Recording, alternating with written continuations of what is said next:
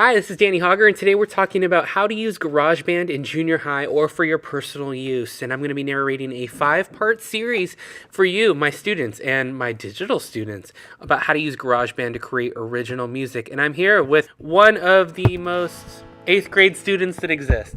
Violet is here with me. Violet, good morning. Hi. She's very excited, and so are you. So look through this document. This is my guide, and along the way I'm going to describe steps in text, but also with this screen capture so you know exactly what I'm talking about. Using GarageBand, we're going to write an original composition and mix your own audio file over 5 weeks. This is lesson 1, getting started. Next week we'll talk about drumming and how to use the digital drummers to create template that keep the beat for your original song. Today we talk about the digital audio workstation, musical typing, and how to add and remove tracks to set up your workspace. The first thing you need to do today, feel free to pause this video as needed and then continue, is open up GarageBand. It's going to get a little bit overwhelming at first, so stay with us. We're going to start a new project. I'm not going to save this project that I was working on. And the first thing you're going to see is a choice. Violet, you'll see you've got lots of different selections on the screen. You could start a keyboard collection, an amp collection, a songwriter, or an electronic, and some other options as well. Which version do you think would be best for someone who's just starting out?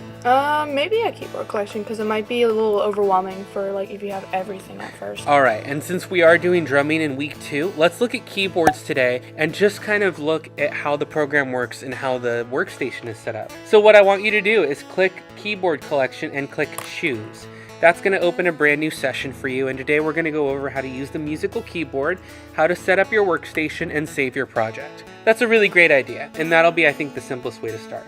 So it's going to take a few moments, and you'll notice now that you've launched into the screen. You've got a lot to look at here, right? There's a lot going on.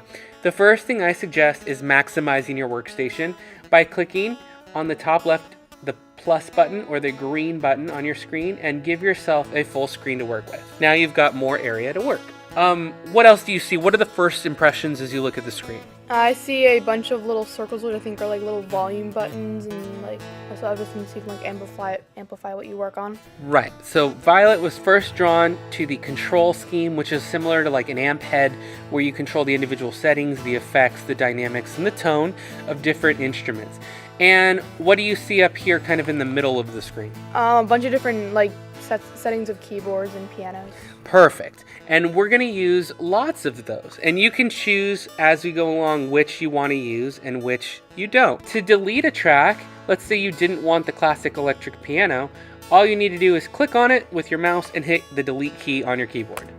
That track is now gone. If you wanted to add a track, you could hit the plus button here and bring in lots of tracks. And what question you might have is, well, how do I know if I want to use it or not? Well, let's sample them. So the way you're going to use GarageBand here on your Macs is to use your keyboard as a digital piano or keyboard. You can go up to Window at the top of your screen and select Show Musical Typing. The shortcut on your computer is Command and K. When you select Command K, you'll be given your keyboard on the screen. Have you interacted with this before, Violet? I've interacted with an actual piano, not a digital one. Perfect. It's about the same. They do look similar. You'll notice that it takes the line that starts with the letter A on your keys. That was a real life guitar. And it goes from A all the way to the apostrophe and quotation mark keys. Each of them represents either a white key or a black key for the whole steps and the half steps. So the way that you can interact is take a few seconds right now, pause the video once I'm done with instruction, choose one of the ones that you would like to try out, and then simply click on it. You'll notice it changes in the library preview, and either type or click and just sample the sounds, try a few keys, maybe try to play a little melody to like Mary Had a Little Lamb or something, and we'll rejoin you in just a minute. So now that you know how to use some basic musical keys, we could show you how to record some of those keys. Let's say I wanted to record the Steinway grand piano. I'm going to select it, then I'm going to hit the record button. It's going to do a 4 count, and it's currently set to 120 beats per minute. I'm going to leave that standard right now because we're just experimenting and learning how to use these tools. And then I'm going to hit a few keys, and then I'm going to hit the stop button. So it's now recording, note, note, note, beautiful music, note, note, note. Space bar will stop it, or you could click stop at the top of the screen. And if you wanted to play it back, you simply move your cursor to the beginning of the timeline, hit the space bar, and you can hear back that playback. So pretty awesome. Let's say I didn't like it. I click on the top of Steinway grand piano, hit the delete key, and it's gone. If you ever make a mistake and want it back, use Command Z, the undo button, and it's back again. Pretty simple, pretty straightforward. You could also click and drag and make a loop if you wanted to repeat that same thing over and over again. You're definitely going to use that looping feature. Once you've experimented with the key, you guess, Violet, what these plus and minuses down here are for in the kind of beigeish color? If you want to raise the volume. Good question. Good guess. Your volume keys are on your keyboard in the top left near the delete, top right, I should say. But the octave button is great because maybe you like the piano, but what you want is something really high pitched or really low pitched. Your X is going to raise your pitch, and you'll know where you are on the keyboard because of this blue bar right here. Highest octave, middle range, lowest octave. So using Z and X, you can raise or lower the section of the keyboard that you're working on. It's pretty cool. And now you've got really high notes. Pretty cool. And that's going to be really useful for getting the specific sounds. The velocity changes how fast or slow that notes will sound.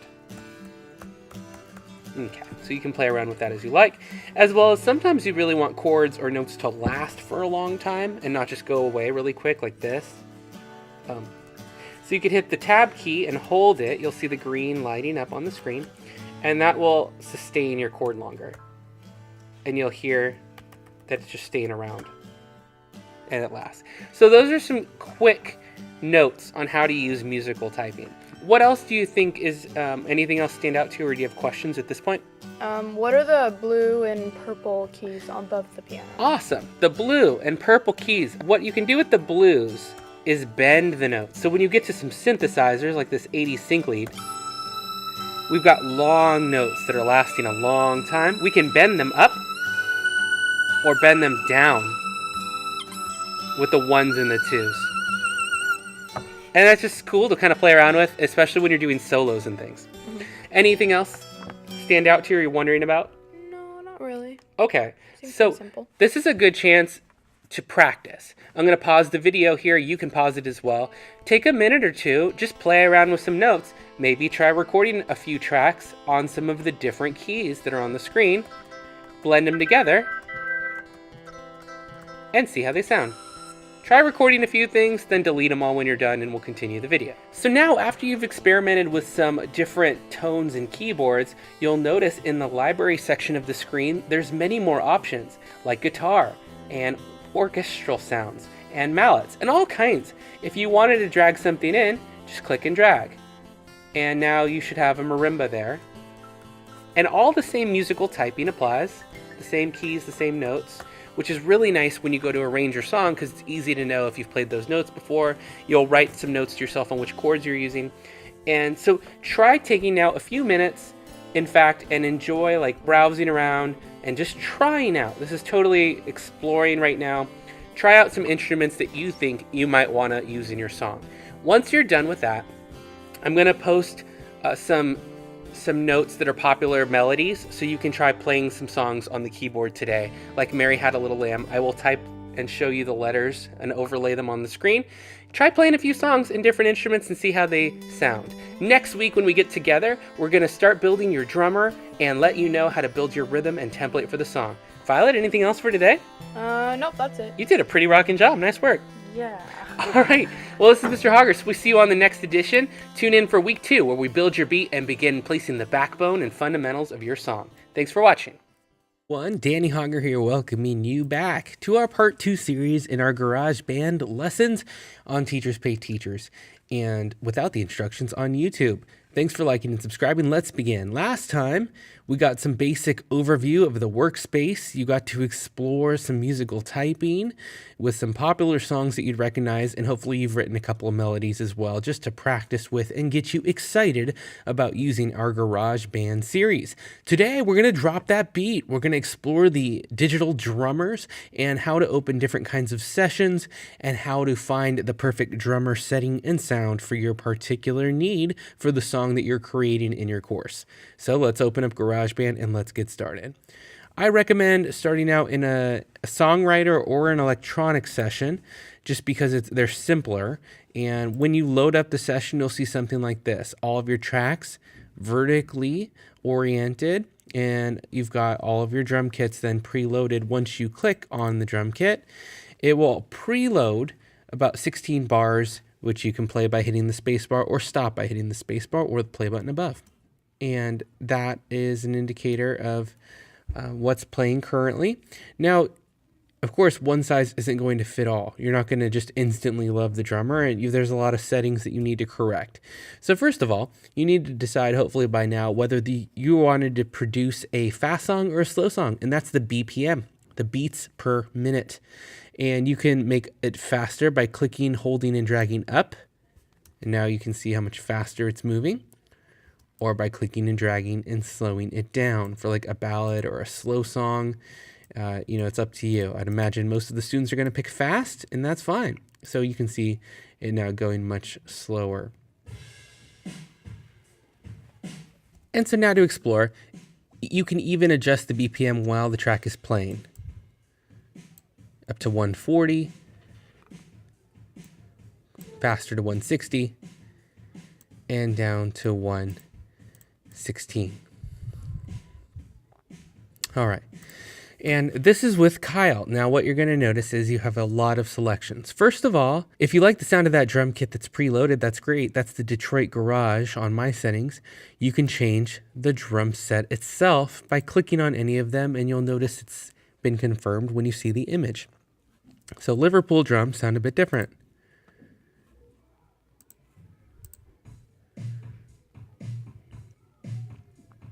And the Manchester drums have a little bit more high end on them as well. The great thing is you can spend about 10 minutes right now exploring any drum set that you want and just hearing the differences. And maybe you're going to go back and choose a different drum set after you modify the rest of the regions and settings and presets, which we're about to go through.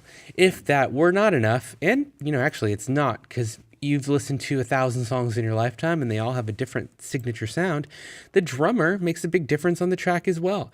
You've got Kyle, Logan, Anders, Max, Jesse, and Ian, all of them with their own unique brand of just rock drums. And if you're looking to come up with a different kind of song, like electronic or hip hop or songwriter style songs, you just click on that style and there's a number of drums and drummers to choose from, each one with its own distinctive kit, which you can modify. And so you can change your drummer and this drum set that he's using. And you can also go through some presets. So let's hear just what Darcy sounds like out of the box with the Hotel Cafe preset. Sounds good. Lost at Sea. Well, what if you're saying, oh, I like it, but it's too loud? If you look at this matrix here, you've got loud, soft, simple, and complex. If you drag to soft, now he's playing the rim shot on the snare drum. And if you still want the snare a little bit higher, and then maybe in another part of the song, when you start looping, you want him to get louder for the chorus or the verse, or really loud. And you'll hear the adjustment happen on the fly. Now, simple and complex can go from very sparse beats like this, or very complex with lots of intertwining rhythms. You'll hear the hi-hat get much more interesting and lots of different cymbal interactions. You can also change the drums that are being played. If you want him to play the toms, click on him. If you want to hear him play the ride cymbal, click on it. A pattern, and it'll update. You can throw some shaker in, tambourine, or clapping hands. You can also change the frequency of how frequently the claps or shakers or tambourines happen. You can also change the frequency of the cymbals and what kind of a drum beat that you want with the kick and the snare as well. You can also tell it to follow some of the other tracks, and we'll get to that in a later lesson. For now, take time, try out a few drummers, try mixing the matrix around for different results, and then try selecting different parts of the drum kit until you found a pattern that you like. When you like it, you can go to the end of your current loop. If you hover your mouse right at the end of the portion that's currently there, you can make it loop by clicking, holding, and dragging for as many bars as you want. Think in terms of 8s or 16s. That's usually how verses and choruses progress in 8-bar sections. Or you can drag it as far along as you want until you think you have a full song's worth. And you can always then adjust it back by clicking and dragging in. Okay? So for now, I'll leave it at 48. And if you wanted to vary, you don't want every part of the song to have the exact same drums, you can click on individual sections. That section from 1 to 16, or this section from 17 to the next, and so on and so on. And if you wanted to have, say, like the ride cymbals on this side, then you can do that. And if you wanted the hi-hat here, now listen to the difference as we cross between bar 16 and 17. And you're about to hear the switch. Did you hear it? So take some time, click and drag to make a loop, and then try making different drum beats on different sections. I suggest, and you can do whatever you think sounds good, starting out more on the simple side and more on the soft end. Then as you get to the next more complex parts of the song, where later on you'll be adding more instruments through each part of the song, you end up more loud and more complex as you go, or at least louder as you go. Typically, that's common in a song that builds. So yeah, try out all the different songwriters. Even if you think you're not going to do an R&B song, why don't you try and see what Rose sounds like with different R&B grooves on a drier kit, and maybe you'll be surprised that you can blend different genres of music by just having a different drummer's influence. For example, if you wanted Duncan and maybe a second drummer, you could really add depth to any style of song and songwriter. Well, really, go enjoy. I'm sure you've already stopped the video several times by now, but pause right now, try different drummers. If you want to add a second drummer and have them both play together, sometimes that can create really amazing sounds. Click, drag, and loop. Try changing just particular sections of the track. And when you're done with that, we'll move on to part 3 in our series, Week 3. For right now, that's it. Danny Hauger saying thanks for joining us, and we look forward to seeing you in the next part of the series.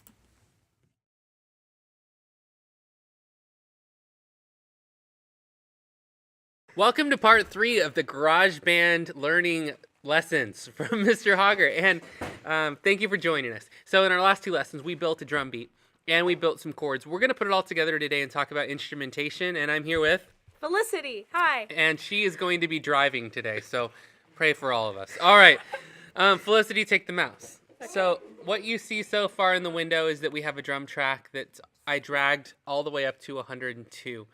All right, so what we're going to do is try to build on some instrumentation on top. I'm going to give Felicity the mouse. Okay. She's currently clicked on vibraphone. Hit the Enter key on your keyboard. That took a second. And I learned something just recently that instead of going up, you know, normally when we record, we click on the red record circle. Can you show them with your mouse where that is? Perfect. You can also just hit the letter R on the keyboard when we're ready. So when I tell you, Felicity, you're going to hit R. But before we do that, what are we missing? You need the keyboard, the musical keyboard. So go up to the top of the screen to Window, and then click on Show Musical Typing. It's also Command K on the keyboard. Now those are your notes. I'm going to just kind of let you play around. So the row on the physical keyboard between A and L are your musical notes. You can go and hit a couple right now if you want. That's so fun. We're having a great time. And when you're ready, I want you to hit the letter R, which is going to start recording. You're going to hear the drums, and you can play notes on top of it. Anything you want. All right? Okay. Go ahead. Counting you in, and you can play along.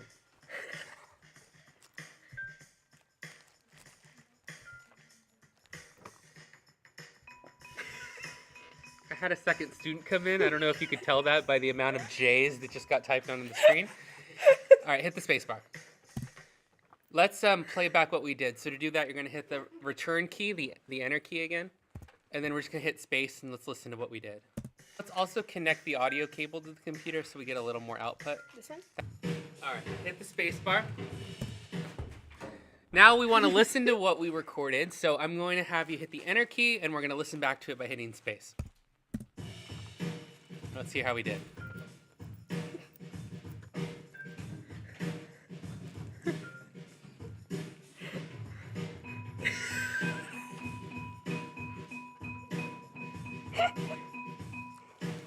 and hit space to stop.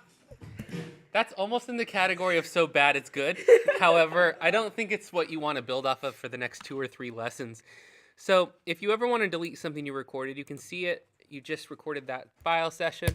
We'll hit delete. It's gone. I'm going to give you your keyboard back. Okay. Normally when you're recording a song in a studio, you get the drums first, and people go in many different directions, so there's no real norm here. But we would probably start with a bass instrument, because then we have a rhythm section of the song to then put chords and pretty melodies on top of. So could you please add a bass guitar? I would do that by clicking the plus button, and then I would say a software instrument, because we don't have any actual guitars with us. So I would click on the keyboard and double click on where? Detail? The one that looks like a keyboard. Oh, okay. Right? And then click create. Now it created our track on the bottom. Move the keyboard so it's out of the way.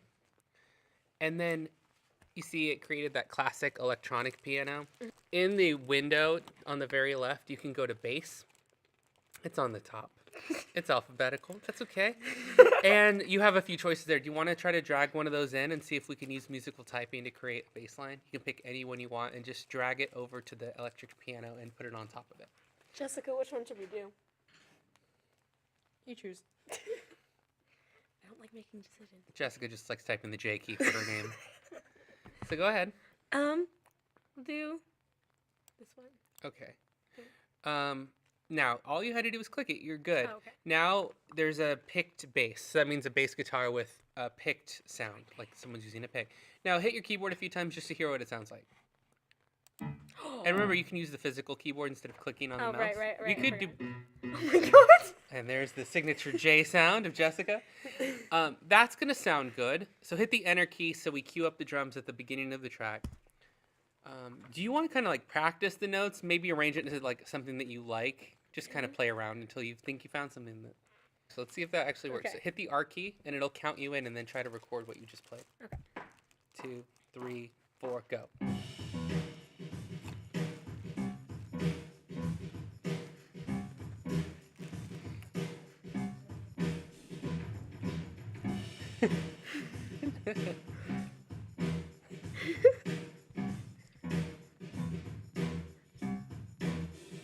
Can I stop? Yes. Okay. So I think that actually works. Now Jessica was off screen just pressing J key in the air over and over, which was quite funny for those of you that can't see our faces. I liked that. So you recorded about 8 bars, which is fine. Perfect place to start with. Hit the enter key again. And now it's all about instrumentation. So you have a bass guitar. What do you think you should put on top of it? I don't know. You could put an electric guitar. I mean, this is the fun part for your exploration. If you want to pause the video now and just explore sounds that you like. But what direction do you want to go? Do you want to use that vibraphone? There's piano. There's really endless kind of options. What do you think would sound good? Piano or whatever I forget what the name was. Why don't you click on the Steinway? Oh, that one, yes. Okay. Now, why don't you, you know what notes you played. Basically, it was A and the D key, right? Yeah. So hit the record button and try to do the same thing. Maybe you wait a couple bars to jump in, so there's some just bass and drums, then you add to it. Okay. Go ahead, whatever you feel.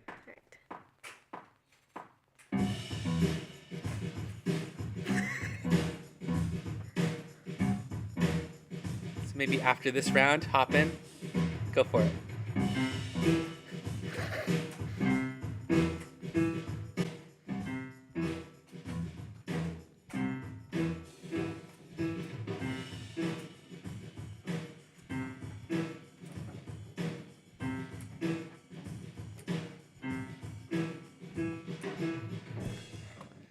That's cool. I like it. Okay, Yes. we just high-fived over that. So we have a long way to go, but why not celebrate midway? That's good. Now, what do you think? Like, what are your thoughts? Kind of like, where do you want it to go from here? Or do you like it and you think that part of the song is done? Because there's all kinds of really cool, like, synthesizer-y sounds if you wanted to add it and make it sound even, like, stranger or weirder, or maybe you like it simple. I like it like that, but I'm not sure.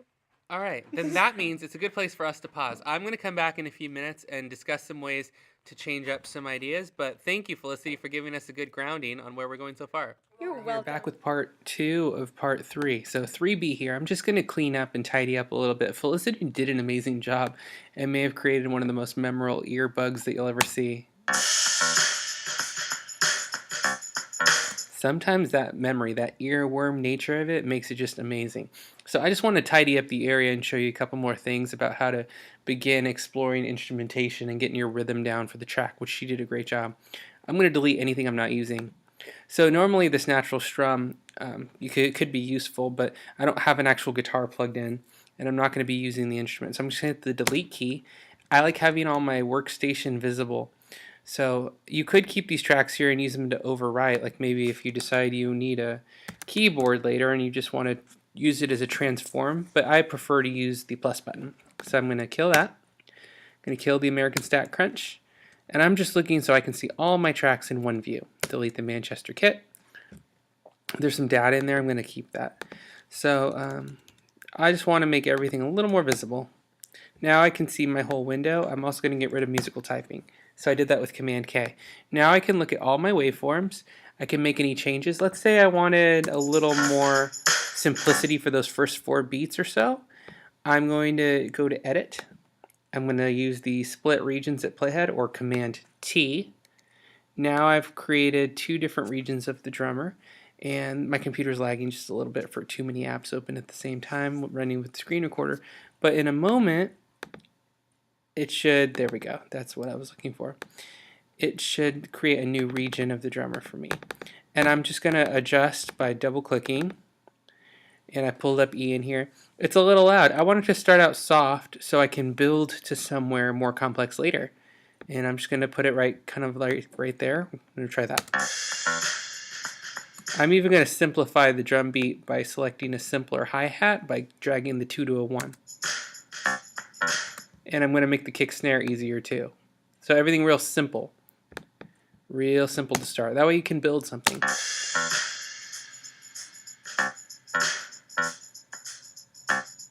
I'm going to let go 4 more bars.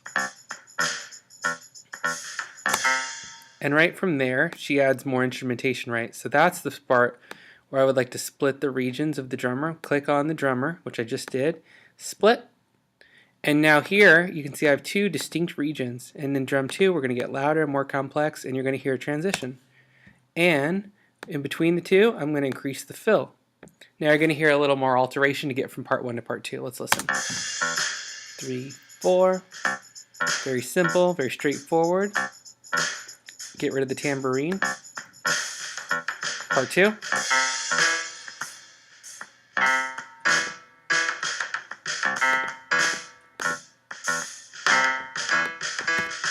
For me, that's not complex enough, so we're going to change this up to 2 and 2.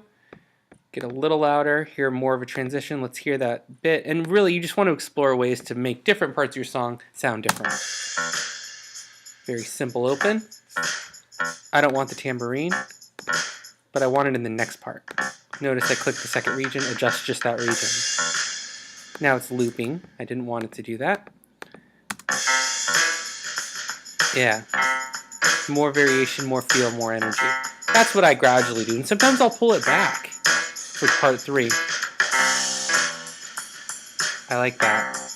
A little more complex. Give me a little more fill at the end here.